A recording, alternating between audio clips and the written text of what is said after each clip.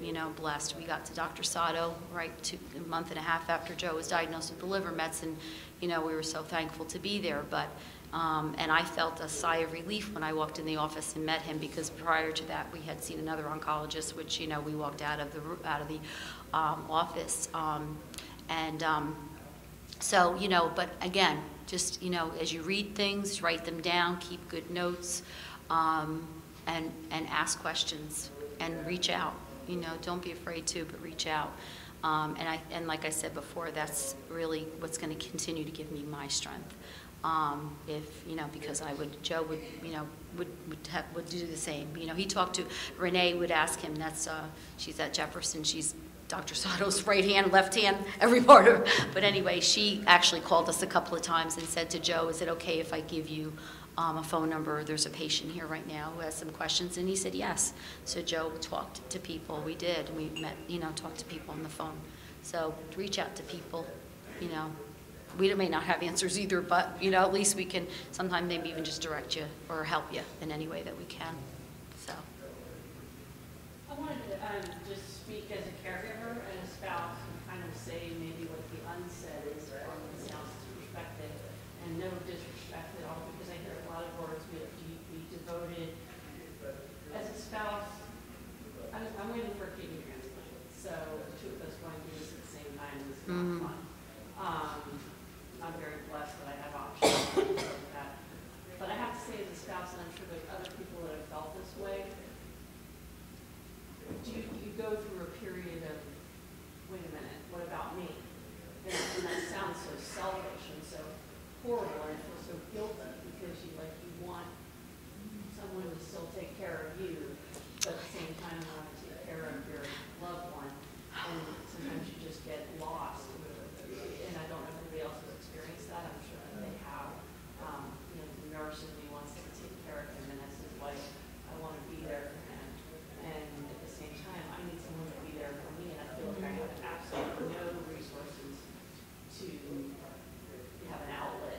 And this is the first time I've ever even said that out loud. In every marriage you face your challenges, and it's almost like challenges, and I'm bitter, and I'm guilty, and there's so many feelings, and not to know what to do with that. I can't relate to that because Joe was there for me 100%.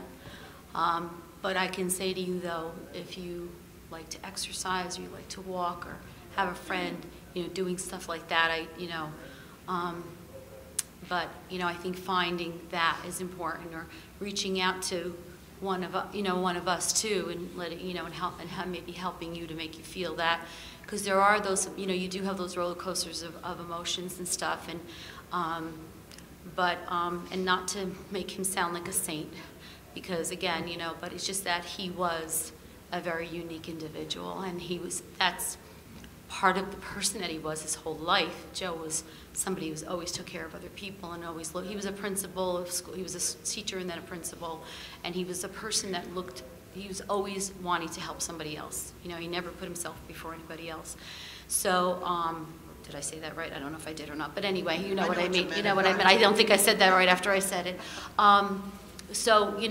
But it is important, if it's family, if it's a very close friend, a girlfriend, something, find maybe once a week something that you can, go do with that person, or, whatever it might be, because that is important too. Go get your nails done, or whatever it is, that pedicure, once a week or something, just to pamper yourself too, because it is, it does. I mean, there is, if you're in it, you're in it, but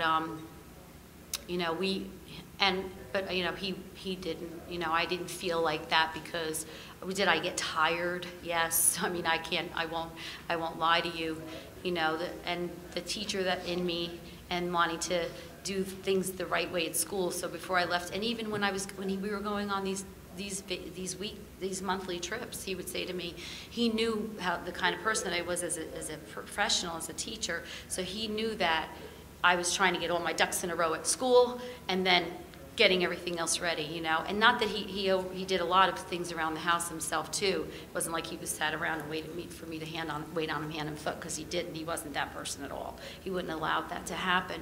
But I'm also the doer. I'll take care of it. I'll take care of it. I'll take care of it, you know. And that's just, I guess, who I am too. And that's, I guess, where my fault is, you know, but that's the kind of person that I am. But find somebody, that, you know, maybe that friend or something, or somebody, because it can become overwhelming to you as well too, and you do feel like sometimes, you know, the world is spinning around you and you just don't even know, you know, how to stop it. So, but I told you, you can reach out anytime you want. I just wanted to add one thing to the question back there, caregiver. Not only am I a patient, I'm also a caregiver. About 3 years after I was diagnosed, my husband was diagnosed with MS. It hits hard.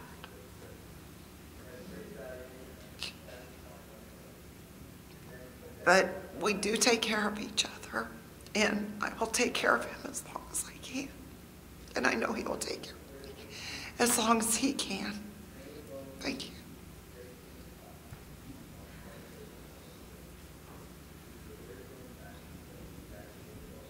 Thank you. It strikes me, you know, when kind of caregiving is a huge topic in our area. We do things on caregiving at our cancer center, and they're always well attended, and people are echoing what many of you have said today. And you know, for the patients, we'll often kind of tell them where they need to be, when they need to be there, what we're going to do, how long it'll take, what the side effects are. And the caregiver just is there, and we don't kind of provide that blueprint.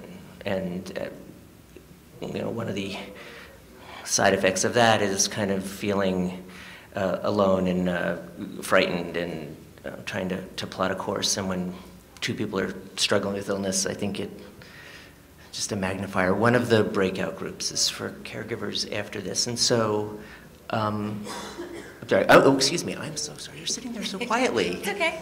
Go ahead. I'm sorry. I'll be quiet. Is this on? Yeah. I wanted to just address two of the issues, if I could. One of them, Greg, you were asking about the panel, what they did along the way that sort of kind of made a difference. And my husband was diagnosed in 2007. He passed away in 2012. We had a 6-month-old and a 2.5-year-old at the time.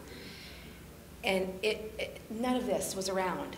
So I know that, I'm sure that all of you feel so lost and feel like they're so, you know, that there's just, you're kind of the stepchild, the orphan cancer. And we were so, Todd and I were so lucky to find Sarah and Greg. And we are so similar in that every decision we made, we would come to a point in treatment where we had to decide, are we going to do a clinical trial, or are we going to go off and do something that the doctors aren't really sure about? And at every single step, there was so much decision-making, such a thought process that went into it. There was so much fighting. Nobody knew anything. We finally were connected with Dr. Lawson, who was amazing and supported every time that, you know, I was screaming at a doctor that RFA needed to be done, and they didn't, you know, they thought that that was a little frivolous or whatever. I just think that at every step in treatment, just fight for it. Just research what works best for you. Listen to what the doctors are saying, but also you really have to know what works best for you. And to your question about being a caregiver, I feel like we fought so much, and we were so in the weeds. And for me, as a mom, trying to raise my kids, trying to, you know, get a child started in elementary school. Right after Todd passed away, we were good for about 1.5 years, and then I got cancer. And I was lucky that my cancer was lymphoma, so it was much easier to handle and all that. But, I mean, my kids have been through the ringer. And everybody along the way kept saying to me, take time for yourself, make sure to take care of yourself. And still, almost 4 years out, I don't know what that means. So, you know, no matter what people say to you, that, you know, it's all so well-meaning, but don't put the pressure on yourself that you have to find out what that means. Because it may just mean that you sit and you read a book for an hour. But I will say that I do believe that my cancer was brought on just by just a complete, like my immune system was nothing at that point because I had fought so hard for everybody else. So even if, you know, a year from now, you don't know what that means, even if you have taken just a little bit of time along the way to regenerate yourself however you can. That's, you know, that would be my advice. So, and thank you guys so much for being here because it's so amazing to come back, you know, years after the fact and see all these advancements that just we would have loved to have not had to fight so hard to see. So thank you. Thank you, Sarah. Oh, sorry. And Tim was also telling me that on the website, they have a caregiver. No. I was just going to say, we have a piece of literature that Shelby developed that's a caregiver guide that has some suggestions on how to take care of yourself. It's you know, it's a print piece, but you can also get the PDF on our website, melanoma.org. We also have you have copies outside. Thank you, Sarah. I didn't remember seeing them out there. We also have a buddy program, a phone buddy program where we pair patients to patients to talk to each other. But we also have that available for caregivers as well. So if you want to connect to another caregiver just to talk, sometimes that may be a way of doing that.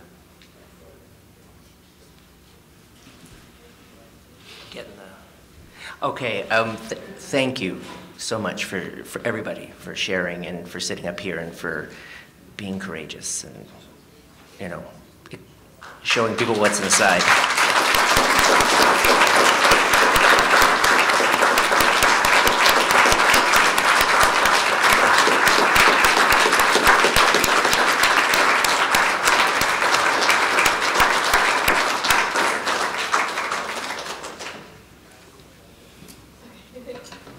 So on that note, we're actually now going to segue into our concurrent small breakout group sessions. When all of you came in this morning and received your fun little folders, we had you sign up on a sheet that you might have been interested in terms of our breakout groups. And I just wanted to read out those groups in the